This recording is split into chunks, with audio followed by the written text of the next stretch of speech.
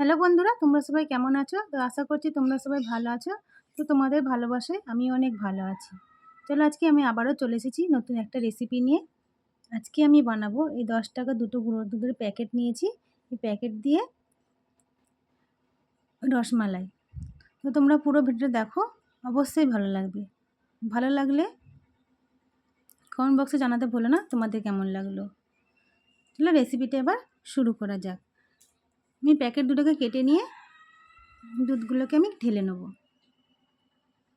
এবার এর মধ্যে আমি দিয়ে দেবো 1 চামচ ময়দা,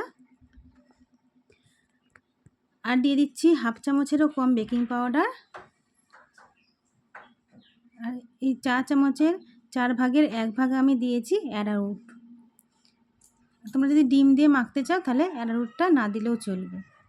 এবার আমি সব শুকনো উপকরণকে ভালোভাবে মিশিয়ে নিয়ে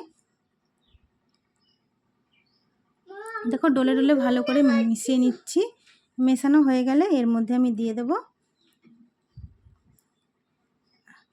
দেখো আমি এখানে নিয়েছি 1 চামচের মতো ঘি। এবার এই ঘিটাকে দিয়েও ভালো করে মেখে নেব। দেখো সম্পূর্ণ চারিদিক থেকে দুধটাকে নিয়ে আমি মেখে নেব। ভালো করে ডলে ডলে মেখে নিতে হবে। মাখানো হয়ে গেলে এবার এখানে আমি লিকুইড দুধ নিয়েছি। এবার লিকুইড দুধ দিয়ে মেখে নেব। আর তোমরা যদি এখানে ডিম দিতে চাও তখন তাহলে কিন্তু অ্যারারুটটা দেবে না, আর লিকুইড দুধের বদলে ডিমটা দিয়ে মেখে নিতে হবে। দেখো সম্পূর্ণ আমার ভালো করে মাখা হয়ে গেছে। ডোটা এমন স্টিকি স্টিকি হয়েছে, মানে নরম নরম হয়েছে। এরকম নরম করেই কিন্তু ডোটাকে মাখতে হবে। এবার এই ডোটাকে আমি কিছুক্ষণের জন্য রেস্টে রেখে দেবো। তাহলে এদিকে কড়াইতে আমি দুধটা এখন বসিয়ে দেবো। আমি এখানে নিয়ে দিচ্ছি আধা লিটার দুধ। আধা লিটার মানে 500 গ্রামের মতো হবে দুধটা। এবার এই দুধটাকে আমার আগে থেকেই কিন্তু জাল করা ছিল, মানে ফুটানো ছিল। তো এখন আমি আরও একটু দুধটাকে ফুটিয়ে নেব। আর তোমাদের যদি দুধটা আগে থেকে ফোটানো না থাকে তাহলে একটু দুধটাকে ভালো করে ফুটিয়ে নেবে। এবার এর মধ্যে আমি দিয়ে দিচ্ছি 3 চামচ চিনি।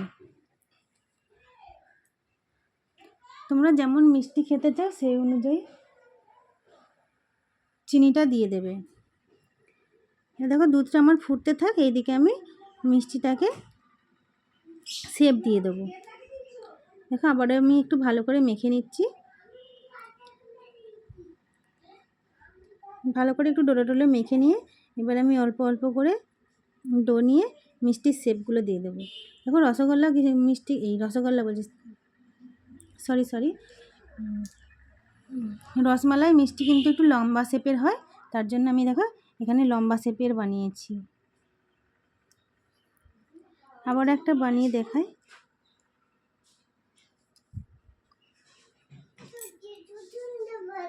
দেখো আবার একটা আমি বানিয়ে নিচ্ছি।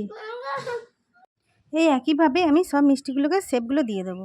দেখো আমার এখানে 14 থেকে 15টার মতো মিষ্টি হয়েছে ওই 2 প্যাকেট গুঁড়ো দুধে। এবার দুধটা আমার ফুটে উঠেছে, দেখো দুধটা কমিয়ে দিতে আর সর পড়ে গেছে। এই সরটাকে আমি তুলে রেখে দেবো। সরটা তুলে নেওয়ার পর আবার একটু দুধটাকে আমি ফুটিয়ে নেবো, কারণ এই সময় দুধটা আমার ঠান্ডা হয়ে এসেছে। মিষ্টির শেপগুলো দিতে দিতে দুধটা আমার ঠান্ডা হয়ে এসেছে। দুধটাকে আমি ফুটিয়ে নেবো আবার। দেখো দুধটা ফুটিয়ে নিয়েছি, এবার এক এক করে মিষ্টিগুলোকে সব ছেড়ে দেবো।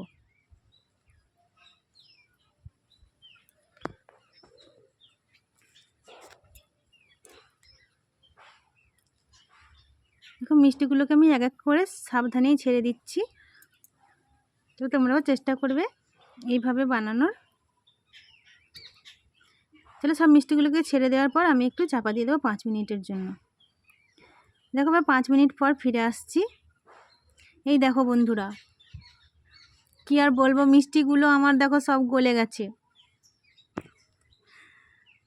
আমি জানি না কেমন হলো। তো তোমরা যদি ভিডিওটি প্লিজ দেখে থাকো তাহলে অবশ্যই আমাকে কমেন্টে জানাবে আমার এখানে কি বেশি হয়েছিল বা কি কম হয়েছিল, তার জন্য মিষ্টিগুলো আমার গলে গেছে। চলো মিষ্টিগুলো গলে গেছে তো আর কি করব, চলো এইটা দিয়ে একটা এক্সপেরিমেন্ট করা যাক। এবার মিষ্টিগুলো যে গলে গেছিলো সেইগুলো আমি ভালো করে খুন্তির সাহায্যে ফেটিয়ে নিচ্ছি, যাতে মিষ্টিগুলো ভালোভাবে গলে যায়। কী আর করবো, রসমালাই তো খাওয়া হলো না, চলো এইটা দিয়ে অন্য কিছু খাওয়া যাক। দেখো খুন্তির সাহায্যে আমি কিন্তু ভালো করে গলিয়ে নিয়েছি মিষ্টিগুলোকে। দেখো মিষ্টির যে দুধটা আমার ফুটে উঠেছে। দেখো এখানে আমার অলরেডি ছানাটা কেটে গেছে, কারণ আমি এটা পরদিন সকালে বানাচ্ছিলাম। কারণ তখন আমি ভাবছিলাম কি করব, এটা ফেলে দেবো না কি করব।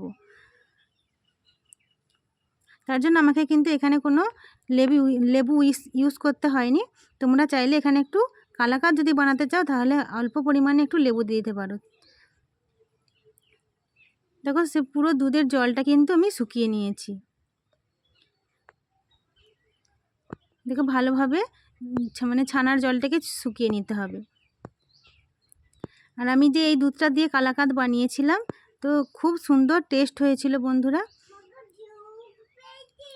আমি এখানে থালার মধ্যে একটা অল্প করে ঘি নিয়ে নিচ্ছি। থালার মধ্যে আমি কিন্তু অল্প করে ঘি মাখিয়ে নেব। ঘি মাখানো হয়ে গেলে এবার আমি কালাকাঁদ বানানোর জন্য যে ছানাটা বানিয়ে রেখেছিলাম অল্প অল্প করে থালাতে দিয়ে দেবো। থালাতে দেওয়া হয়ে গেলে দেখো আমি আর একটা খুন্তি নিয়েছি, খুন্তির মধ্যে আমি একটু ঘি লাগিয়ে নিয়েছি যাতে খুন্তিতে না লেগে যায়। এবার কালাকাঁদ মিষ্টির শেপটা আমি দিয়ে দেবো, চৌকো আকারে শেপটা দিয়ে দেবো। একটু ঝুড়ো ঝুড়ো হয়েছে কিন্তু বন্ধুরা টেস্ট কিন্তু অসাধারণ হয়েছে। দেখো চৌকো করে আমি একটু চেপে চেপে শেপটা দিয়ে দিচ্ছি। এবার আমি আধা ঘন্টা পর তোমাদেরকে আমি কেটে দেখাচ্ছি।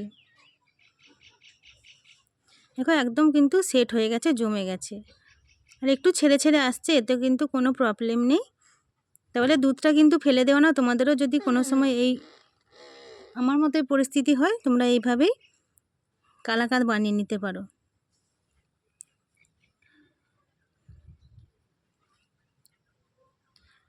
দেখো চৌকো আকারে আমি কেটে নিয়েছি, কালাকাঁদের শেপ কিন্তু চৌকোই হয়। চৌকো আকারে আমি কেটে নিয়েছি।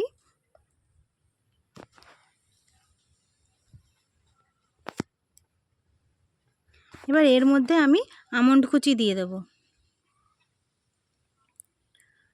তো তোমাদের যদি রেসিপিটা ভালো লেগে থাকে প্লিজ লাইক করে কমেন্টে লিখে যাও তোমাদের কেমন লাগলো, আর শেয়ার করতে ভুলো না।